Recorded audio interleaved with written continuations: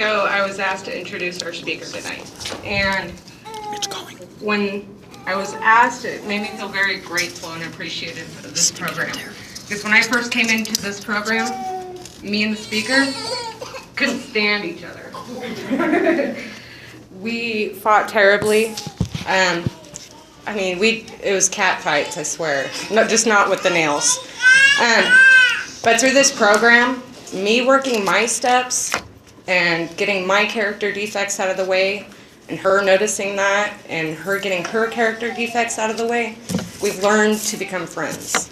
And we are really close today, and like I said, I'm very grateful for this program because it has given me the friendship that I have. It has given me all of you, it has given me family, and it has given me Laura, who is so amazing, and I love her. I do. But yeah, this program works, and the friendship that Laura and I have today is proof of that. So, with further ado, I'd like to introduce Laura H. Thanks, Jesse. Thank you, Jesse.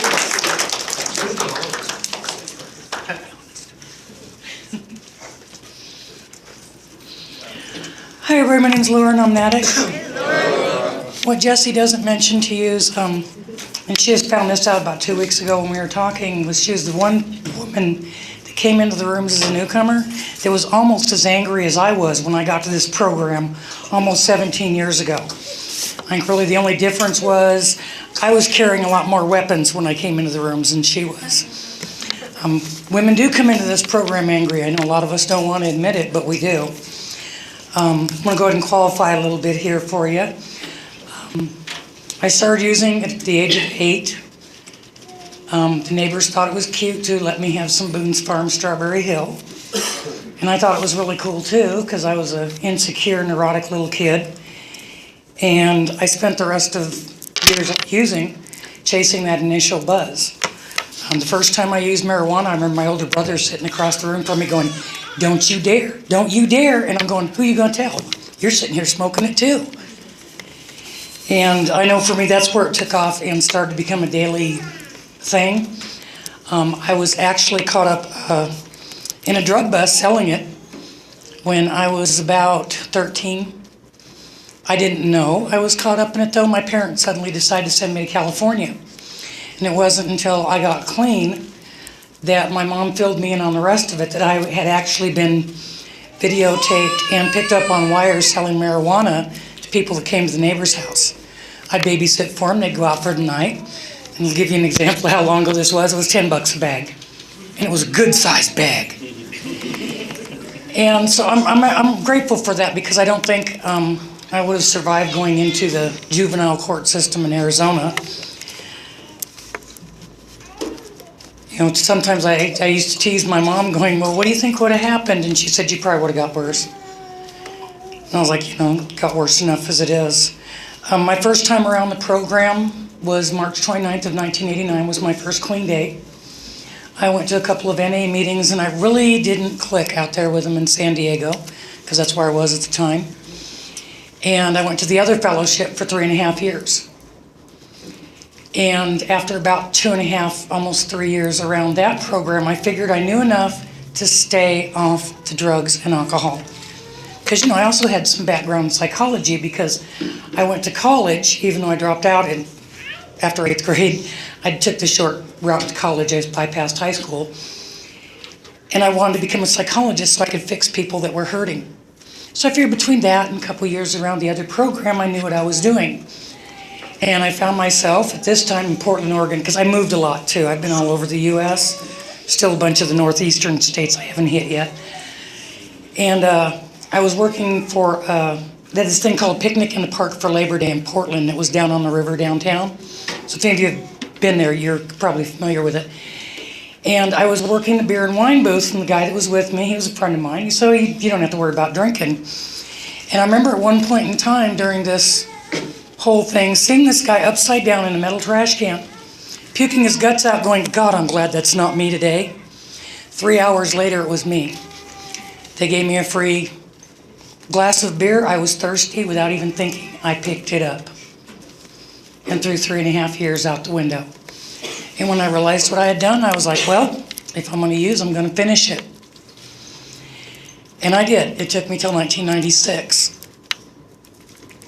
In that meantime, I ended up in Michigan. Still not quite exactly sure how that happened, even though I've written about it. One of the other things, too, is I've been married before, being in recovery 4 times. Kevin is actually my 5th husband.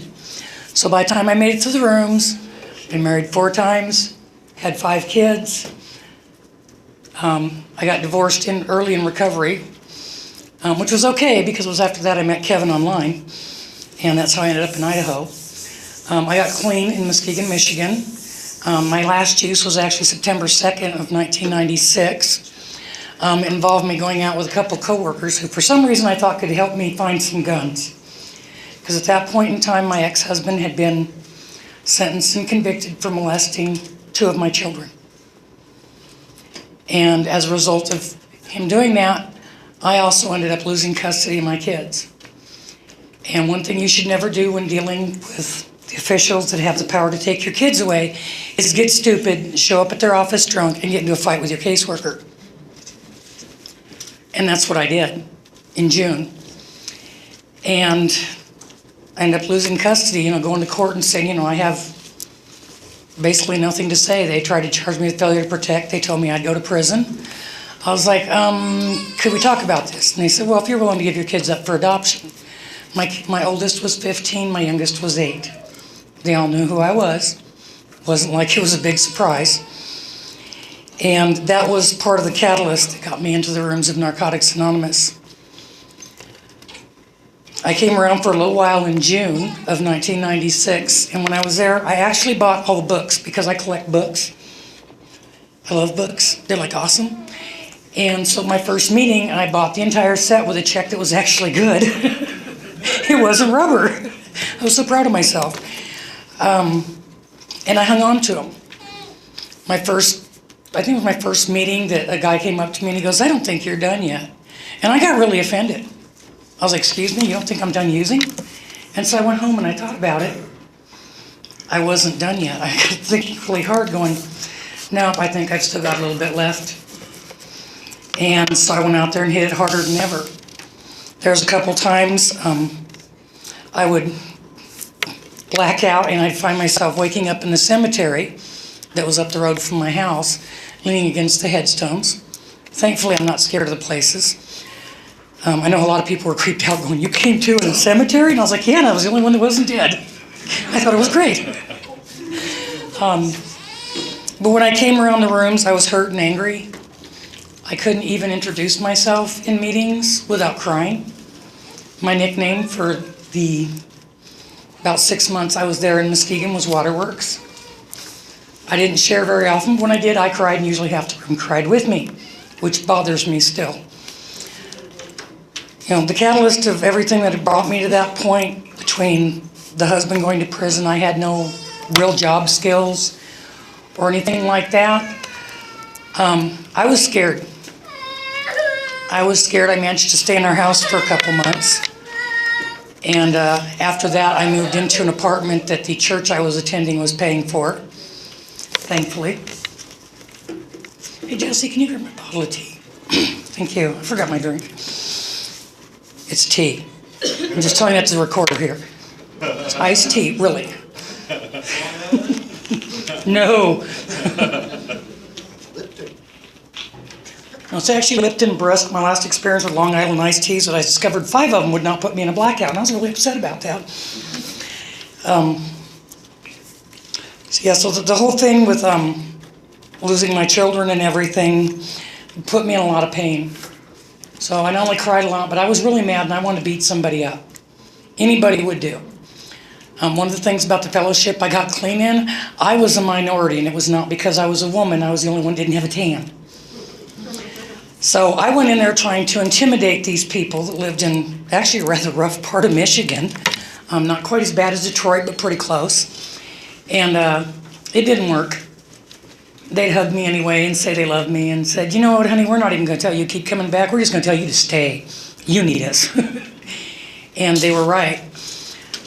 I got involved in service work really early because there they had this habit of dropping the meeting keys at the end of each month. into the basket. And somebody would pull them out of the basket, wouldn't run around the room, so they could do the next month of opening the meetings.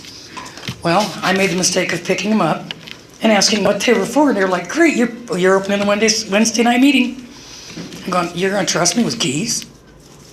They're like, yeah, there's a safe for the money, so don't worry about that. I was like, good, because I was pretty nervous about that part too. And I enjoyed it. At that point in time, I was also having the church that I was a member of paying my living expenses, and they wanted me to come in on Wednesday nights and help run the youth program. And I'm going, no, I don't want to be around kids. I can't have mine. I don't want to be around anybody else's. You're out of your mind. And he's like, well, we'll have to do something about that. And I was telling him, well, this is the deal. I go to Narcotics Anonymous, so I don't use, so I can get my life together, maybe grow up a little bit. He said, well, you're just not praying and having enough faith, or you could stop. And for some, that comment reminded me of my father really big time. And he says, it worked for me. I prayed and had faith, and I'm not using. And I looked at him and told him he was a miserable son of a bitch. Just my opinion. Yeah. So I went and camped out with a friend for a little while who had this wonderful new thing called America Online. We're talking back in 96, 97, back in the real early days. And I got to talking to some people down in Delray Beach, Florida. And I finally got to the point where a week before my 6 months clean, I decided that I was going to make a big leap of faith, and I was going to move down to Florida. So I packed up everything I could into a Navy duffel bag and got on the Greyhound bus with $900 in my pocket and went down to South Florida. And people were like, oh my God, you're going to relapse, you're going to relapse, you're going to relapse. It's like, no, I actually have NA numbers to call down there. There was a woman I'd been talking to online who I really got along well with. She had 14 years clean. She was HIV positive, and she and her partner were really awesome, and they were really strong in their recovery. And I always liked it because when she came into the chat room, everything got quiet because she was kind of like E.F. Hutton. Y'all remember that commercial? She would open her mouth and people go, oh, I hope she's not going to talk to me. And, you know, and I thought that was actually pretty awesome. And so I went down to Florida. And for me, it was the best thing I did for my recovery. When I got down there, Kelly and I hooked up. And she's like, okay, I want you to get involved in service work. And I'm going, I can open a meeting. And she goes, no, we have other things you can do. So I got to go to an activities meeting, an H&I meeting, and a PI meeting. Well, I wasn't real crazy about activities because there was like 40 people in there arguing over what the next activity was going to be. And I'm going, I could have stayed using for that kind of nonsense. And that's just way too much craziness for me. And I ended up in the PI meeting. And somewhere during that PI meeting, something clicked. And that was where I decided I wanted to do service work. And that is part of the reason I have the hard-nosed attitude I've been accused of having, mainly behind my back, towards Narcotics Anonymous, because we had to do a lot of study of it works, how and why. Do you know there's a whole other set of steps and traditions in that book? Not just the stuff. See, some of you know, you're going, yeah. Some people are like, huh? And that was part of what helped keep me clean and keep me coming back. I had a lot of fun doing it. I love going out and not having to share anything personally that had happened to me. I didn't have to share about waking up in the graveyard or things like that. I could just share the NA message that recovery is possible. That no matter where you come from, when you walk into the rooms of Narcotics Anonymous, you can recover. The second biggest thing I learned is it's a choice. I have never, in all the years using, and there's a few of them, because I'm 50, so I'm old, okay? I was never attacked by a drug or drink. It had to have help getting into my body, and that help was me. So I know it's a choice. It's always a choice when you relapse. I know there's a few people in this room that have been there, done that, got the t-shirt.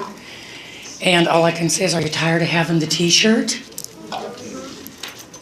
You know, one of the things I have seen in the years I've been around here is I have seen a lot of people die of this disease. I sat down and counted up, and I know 50 people that were in the rooms when I got here that died using. I know 4 that died clean. I've been a member of 4 different areas in the time I've been in recovery, And those are the statistics. Because the disease is out there and it's still killing people. You know, and sometimes it's frustrating to me when, you know, people hear the message and they keep going in and out and in and out and in and out. And I'm just like, are you done yet? A couple of people have said yes and then gone back out. You know, I know some people think it's heartless to tell somebody, well, why don't you go finish using? Did you know in the other program, they actually have a line in the book saying if you think you're not an alcoholic, I said that word, go try some controlled drinking. Yeah, that doesn't work either. And neither does controlled using if you're an addict like me. Because if you're an addict like me, I'm going to be using your drugs, and then it'll probably be your boyfriend, your husband. I wouldn't steal from you, though. I did have some morals. Granted, they were loose morals when I was using. Extremely low. As my mother once put it, you have the morals of an alley cat and the hormones of a rabbit. My thought was, what makes me different from the other women in the family? It's not unusual for the women in my family to have been married 4 or 5 times, I discovered. Genealogy is wonderful. And, you know, and that's one of the things that fuels my passion about Narcotics Anonymous, because I know Tom was actually part of this weekend. We were doing a little presentation type thing. And once I start talking about doing service work and staying clean in Narcotics Anonymous, you can't stop me. I'm like a freight train. One of my home group members is sitting back there going, yeah, that's for sure. I saw you back there, Robert. You know, that's because that's how much I love this program. I know this program will work if you want to put the effort into it. And one of the things I was told early on was if you put 10% of the effort into your recovery that you put into scoring, you can and will stay clean. I know it's true because I'm not the only one that's done it. You know, for me, recovery is the main priority. Years ago when I was working a job and I was talking to a friend of mine about being an NA, and he goes, oh, so it's like this. It's like a target. You put NA in the center and you put everything else out around it. And I was going, holy shit, I think we've been trying to figure that one out for years and you're not even an addict and figured it out. I thought that was actually a pretty good way to put it, because that's what I've had to do all these years. You know, and have the years clean been easy? No. One of the first things that started happening, well, let's see, I got married, which was quite unusual because I wasn't high at the time I got married. Nor did I come out of a blackout to find out I was getting married, which was really good. That was marriage number 3, by the way. And I even got married in this room. And I'm married to the same man that I married in this room 15 years ago. And we have not killed each other. Neither one of us has killed ourselves over it. We do share a few character defects. That's one of the things that the program has taught us as well. You know, sometimes you have to look at your significant other as not being your significant other. You have to look at them as a sick and suffering addict. Okay, they're going through this. This is what I would say to somebody that's just in the rooms that I'm not married to. And I don't know about anybody else got relationships in here. Bear's back there going, yep. Sometimes that's what you need to do. You know, especially if you're Kevin and I, because sometimes we have to remember that we're both addicts. And neither one of us is any threat of being well, and I apologize for taking his inventory. Yeah, it's true. You know, in about 2 years clean, one of my children came back into my life. It was my second oldest daughter, Jessica. And she had just turned 18, and the wonderful adoptive parents who are such pillars of society and so much better at raising my kids than I was, had thrown her out. And there was also a lot of physical and mental and emotional abuse that went on with these people that the state of Michigan decreed could have my children. As a matter of fact, when I was getting my 1-year medallion, that was the day the adoption on my kids was final. And I'm standing down there at a meeting in Delray Beach, Florida, crying my eyes out, hanging on to this little piece of metal. Going, I did it, but I don't know if I want to keep doing it. This hurts. And I just kept coming back. I just stayed. You know, and I remember standing there crying and sharing that, and people going, wow, I wouldn't have stayed clean through that. I was going, why not? Getting high is not going to change anything that happened in that time frame or anything that happens now except your clean date. And I'm not one of those people that believes that if you relapse, you still get to keep what you've learned in recovery. To me, you've lost the most important ability, and that's the ability to apply it.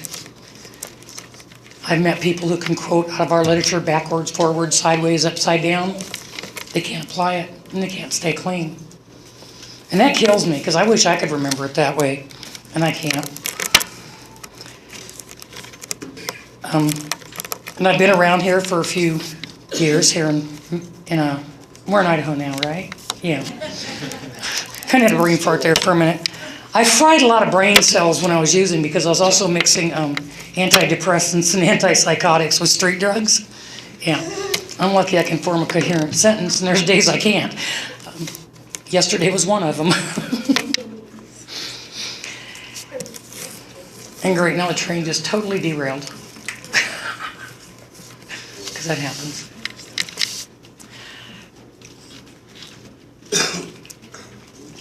You know, Your child came back. Oh yes, the first child came back into my life, and she made things interesting. She met a member of this program, who is the father of my oldest grandchild, who is now 12. They never got married, thank goodness, because that would have been a homicide in the making. I'd be sending her gift boxes in prison. And after that, and after finding out a whole bunch of things that had transpired with my children, I helped her make a report to the state of Michigan Ombudsman, Child Protective Services, and a couple other agencies up there. The rest of my kids, luckily, got out of there. The youngest one actually ran away when she was 17 because she got tired of being thrown out in the snow by her hair in February in Michigan. It's not pretty. Things finally came to a head for her when she was probably about 16 and a half, and she told her adoptive mother, "Not only are you not my mother, I hate you," and attacked her with a knife. And with some of the things that have been going on, I was like, I wouldn't have lasted that long. It wouldn't have been that long for me. I wouldn't have waited years before I jumped somebody with a knife on that.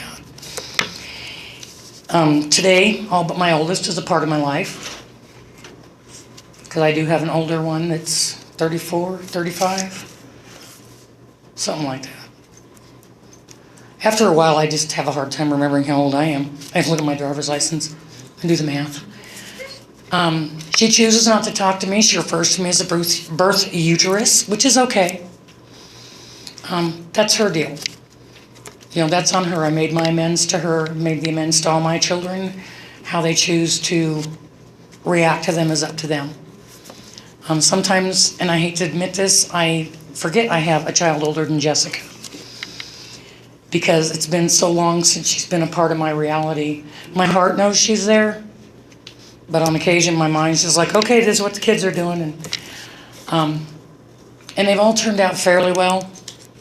Despite that, my son, I keep telling, he's addicted to college. He's got 5 degrees now. The only one he doesn't have is a PhD, and I think he's working on that one. He's taken adult education and addiction courses, and he's already got 3 bachelors. I'm like, dude, you need to slow down, stop there. School can be an addiction too. And he also, and I'm not quite sure how this ended up in my family with us being a bunch of rednecks and stuff, but he actually ran for a state on the Arizona State Board of Representatives. He was actually going for a political position last election. And I'm going, I didn't know what to say. I was like, well, congratulations. I think we've never had a politician in the family. Wasn't quite sure how to react to that. We can handle the criminals and thieves and, you know, drug addicts and all that. It was the politician thing. I was like, I'm not sure if I'm proud of you for that or not. Told him, I said, you get elected, I got a different last name, okay? So don't tell anybody you know me. But even on that, I was proud of him because part of what he wanted to do that he learned growing up with me, even though I was a using addict when they were growing up, was to care for other people and to take care of things outside and around you. And that's the same way that all my kids are to a certain degree.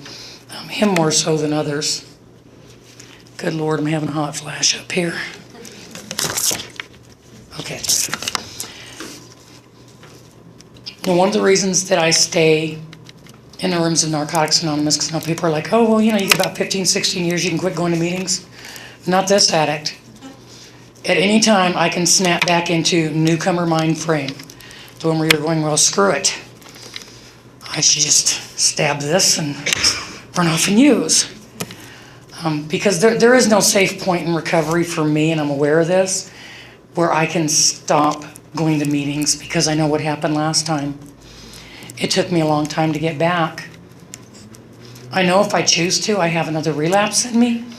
I don't know if I have another recovery, and I'm not willing to load that gun today. As a matter of fact, this coming Sunday, actually. Okay, the 22nd, I will actually have 17 years clean.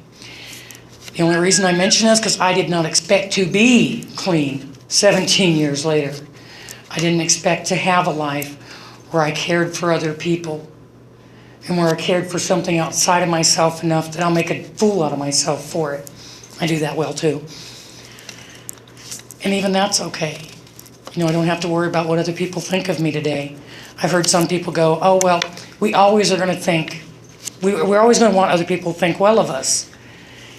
And to me, it's like, it doesn't matter to me what anybody else's opinion is in this room of me. What matters is my opinion and what I do with it and what my higher power leads me in and where he guides me. Because I've got a really awesome higher power. He saved me from myself when I was using. He saved me from being crazy early in recovery too. Because that first year, I remember after I started doing service work, I was at a regional meeting with that first sponsor, Kelly, in Key West, which is a cool place to go clean or using, I guess. I don't know about the using, but it was a cool place to go clean. And we're sitting at a table, and she's looking at me, because she had this habit of busting me out publicly if I wouldn't listen privately. She goes, I think you got a problem with men. I got an assignment for you. I'm sitting here thinking, really? I wonder what she's going to come up with. And what she came up with is you can hang out with all the men you want for the next 6 months. Going, okay. And I'm looking at her thinking, there's a catch here. There was. I was supposed to hang out with gay men for the next 6 months. I wasn't real enthused about it. As a matter of fact, as I'm looking around the table, I was sensing a setup because I was one of 3 straight people at that table that night. And it was actually a great experience for me because I actually listened. I trusted her to take a look at my character defects and what I was doing and help me overcome them. And by the way, I only lasted 4 months on it. I'm only human. She didn't think I was going to last 4, let alone 6, but she thought she would try. And one of the big regrets today is that I've actually lost track of her because I would love to get a hold of her today and say thank you. Because of all those times you busted me out publicly. One of the things I did discover that same weekend, as a matter of fact, it was kind of a painful weekend, was if you have a sponsor that's HIV positive and you are out having unprotected sex, you will get busted for it publicly. I couldn't get a date for about 3 months because I had to go and get an AIDS test every month. I did them at the recovery club. So everybody's like, okay, we'll wait till the end of the 3 months and see what happens before we ask her out. That was okay too. I really didn't need the hassle and everything with that. I've been blessed to be a member of the fellowship of not only Muskegon, Michigan, and Delray Beach, Florida, but I also had the opportunity to be a member of the fellowship in Casa Grande, Arizona for a little while. And I remember my first meeting down there. I called the hotline to find out where the meeting was because I had to go back to Arizona because my mom was ill, and it was before she passed away. And of course I wanted to know where the meetings were.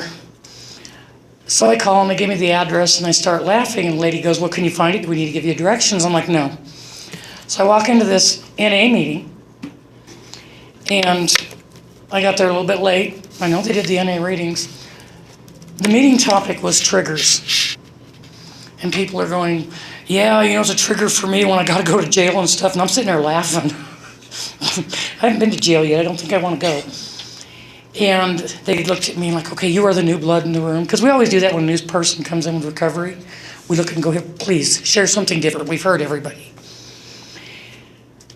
And I said, trigger is what you pull on a gun to make the bullet come out. I said, if you want to talk about triggers, I did a couple lines of coke off the toilet tank in the other room. Because my dad had a motorcycle shop in that building in the late 80s. They're like, oh, I guess we should have. When they went to close the meeting, they didn't do it in the manner that I was used to when they did the Lord's Prayer. And there was a whole lot of bleed over from the other program, including the fact that we were in an Alano club. So there's a whole bunch of the AA stuff around. I'm going, why are there no NA steps on the wall? What kind of joint is this anyway? So I did what any good NA member would do. Not an NA member, I should say PI member, because it was one of those things. I went to the area meeting and I went to the PI meeting. This was way back when they were separated. And I was like, we need some help down in Casa Grande, really bad. And I told them what was going on. They're like, okay, well, it sounds like they may just be a little cloudy on the NA message. Before it was done and before I left there, we had actually arranged a PI learning days down there. And we actually had really good attendance from the local fellowship. Some of the people got tired of hearing me bitch and were going to area to listen to see if I was telling the truth about the traditions and things like that, and about the clarity of the NA message. Because and that's one of the things that I'm really kind of a stickler on. I make jokes about the sober thing. It's way better than what I used to do to people. I'd show it to you in the literature. Don't do that. And it's not that I have anything against the Mother Fellowship. I love AA. They helped start NA because they didn't know what to do with drug addicts in their meetings. And we have our own language. We have our own message. We don't focus on a specific substance, which to me is awesome because I can be addicted to anything. It doesn't even have to be a chemical. eBay, I have to stay off of. I was on eBay about 5-6 years ago. I dropped over $1,000 in 2 weeks on eBay. I cashed out my 401k. I was like, yeah, I need to stay away from eBay. I can do that with a lot of things. I can do it with food and people and at times even service work. But I also know that being addicted to service work, it's not going to get me in that much trouble. It's not going to affect my checkbook. It might just annoy the fellowship a little bit. I'm used to doing that. Yes, I know, Sonny. I can be a pain in the butt. I'm aware of this. You know what the main thing is, and the main thing I want to tell the newcomers, even though if you're thinking like I did when I came in as a newcomer, you'd look at somebody with 10 years clean was like, I'm never going to get there. I am just as sick as any newcomer in this room. What I've learned over the years by living the traditions and working the steps is I have like this little 3-second window before I react to things. And I had to tell this story myself at my home group. I have an addict couple that lives next door. And on occasion, because our back deck's lined up, we have some interesting conversations. And I was going to make the cake for Back in Action for the birthday meeting. And for some reason, I could not get any of the beaters to work on either of the mixers I had. I had 3 sets of beaters, 2 hand mixers. None of them were working together. So by the time I get down to that 3rd set of beaters and the 2nd mixer, I find myself standing in the kitchen doorway, getting ready to just hurl that thing out in the backyard. Cake mix and all on it. And I hear DJ's partner, Casey, giggling off their back porch, and I'm going, I'm not explaining it. Because there's been a couple times, you know, that you throw something at your dogs to keep them from barking. Yeah, that was her. You know, but it's great. We've got a really close, small fellowship here, which is good because we all know each other. I know one of the things that some people have complained about is unity. And one of the things I was looking up today in my basic text that I just kind of came across is unity is not conformity. We're all addicts in this same boat, which we're hoping is not the Titanic. And by the way, it's not. It's the one boat you can be assured you can stay on, it will not sink. We are going to have discord. We're going to have differences of opinion. But when it comes right down to it, you can see 2 old-timers who can't stand each other, or an old-timer and a newcomer who can't stand each other, working together to help another addict. And that's one of the things I've seen around this fellowship. You know, it doesn't matter if we all go to the same meetings, or if we all go to the women's meeting, or we all go to the men's meeting, or whatever. It's when push comes to shove, we have something to pull off. We have a convention to do, or plan, or an activity, or somebody that really needs help. This fellowship will come together. I know there's a lot of people in this room that if I'm having a bad day and my butt's falling off and I'm out of duct tape, they'll come over and bring duct tape. You know, there's been a lot go on in the 16 years I've been clean. I've lost both my parents. One was expected, My father's death wasn't. Had people come back into our lives. There's one point in time several years ago where I had 5 people I knew died all within the same month. And I was really getting tired of it. And I remember talking to another member of the fellowship because he was going through something similar. He had like 3 funerals to go to. And I'm like, nobody's going to want to be our friend. They're going to die. And luckily that didn't happen. But even during those times, I know when to reach out, even when I don't want to. Because I'm not going to tell you every time I stub my toe that I'm going to call another addict. But I know that if I call another addict at 3 o'clock in the morning, whether I think it's major or not, that person's going to listen. Unless it's my sponsor, she might just tell me right on it and go back to sleep. But that's okay. I don't normally call her at 3 o'clock in the morning. And and that's one of the things that's why we give you the phone list. The newcomers have gotten phone lists tonight. Use the numbers. Call those numbers. Those are the women, if you're a woman, and the men that'll help save your ass. If you're here for recovery and you want to stay clean, it's possible. I know one of the biggest things that I heard when I first came around, and we don't say it very much now, you probably remember this, sit down, shut up, and listen. And it's true because that's how I got through those early days of recovery. I sat down, shut up, and listened. And I picked up on what was going on and how people were staying clean. And how no matter what character defect they were acting out on, they were staying clean. And they were also staying somewhat sane, which I really liked. I know our key tags say clean and serene. I can only claim serene part of the time. There are still a few character defects that get to me, one of which is my temper, but I'm getting much better at that. And being really judgmental with other people.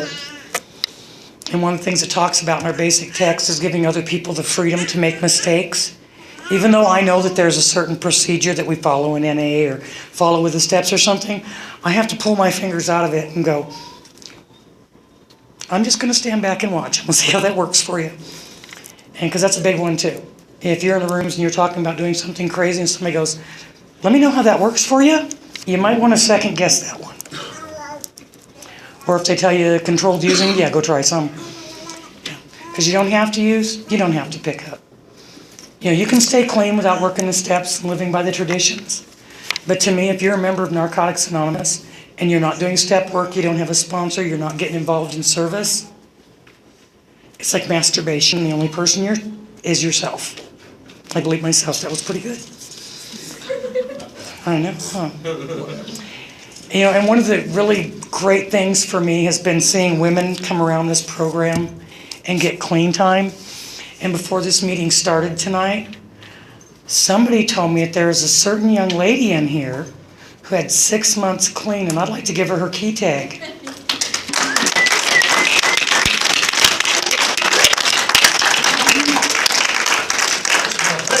Yeah, I know. Because this is how we do it, one day at a time.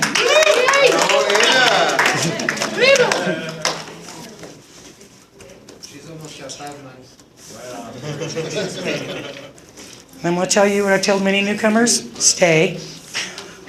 We want to thank Grip for letting me share my story tonight, and I hope to see y'all next Monday. And I'm not even going to say God willing, because I know God's willing for me to get 17 years clean. I have to be willing. Thanks.